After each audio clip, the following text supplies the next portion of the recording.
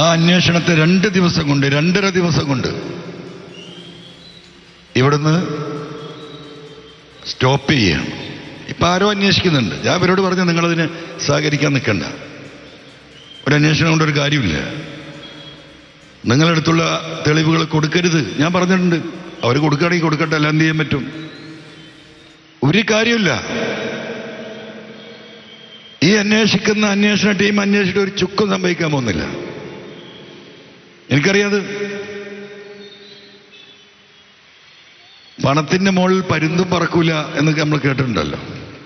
ഇവിടെ എന്താ സ്ഥിതി അറിയാം നിങ്ങൾ? ADGPയുടെ മുകളിൽ ഒരു പരുന്തും പറക്കൂല അജിത് കുമാറിന്റെ മുകളിൽ. ഇതാണ് ലോകം. ഒരു മുഖ്യമന്ത്രി ഒരു ക്രിമിനലിനെ എങ്ങനെ കെട്ടിപ്പിടിച്ചിരിക്കുകയാണ്. കൈ പിടിച്ച് വലിച്ചാലും കാൽ പിടിച്ച് വലിച്ചാലും ആ കെട്ടുവിടാൻ തയ്യാറില്ല. എന്താ കാരണം? എനിക്കറിയില്ല. ജനങ്ങൾ പരിശോധിക്കട്ടെ. എന്താ ഈ നാട്ടിൽ നടക്കുന്നത്?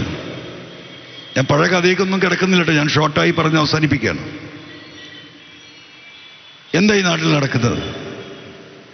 ഇപ്പോ ബക്കർ ഇവിടെ വിശദീകരിച്ചല്ലോ, നിങ്ങളൊക്കെ കേട്ടല്ലോ.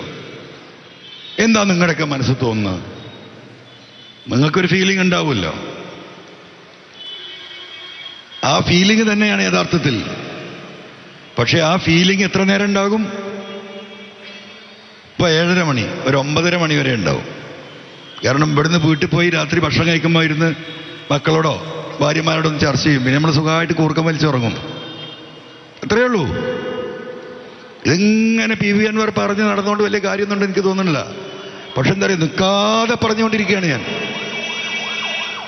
ഈ 1 മണിക്കൂർ ആലോചിക്കുന്നത് മനുഷ്യർ 2 മണിക്കൂറാക്കി. പിന്നെ അതൊരു 3, 4, 5 മണിക്കൂറായാൽ ഇതിനൊരു മാറ്റം വരും.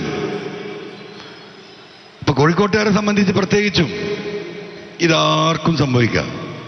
ഇവിടെ അത്യാവശ്യം റിയൽ എസ്റ്റേറ്റും ഏർപ്പാടൊക്കെ നടത്തി ബിസിനസ് ചെയ്യുന്ന ഒരുപാട് ആളുകൾ ഇവിടെ ഉണ്ടല്ലോ. ഇവരൊക്കെ നിങ്ങൾ ആലോചിച്ചോ? ഇത് വലിയൊരു പ്രതിസന്ധിയിലേക്ക് നമ്മുടെ നാട് പോയിക്കൊണ്ടിരിക്കുകയാണ്. ഞാനൊരു സ്വർണ്ണക്കള്ളക്കടത്തും ഒരു റിദാൻ കേസും ഒരു മാമി കേസുമാണ് വലിയ വിഷയമായി ഇപ്പൊ എടുത്തത് നിങ്ങൾ വിചാരിക്കണ്ട. ഇത് വരാനിരിക്കുന്ന നമ്മുടെ നാടിന്റെ ഗതിവിഗതികൾ, ഇത്തരം സംഭവ വികാസങ്ങൾ നിയന്ത്രിക്കപ്പെടും.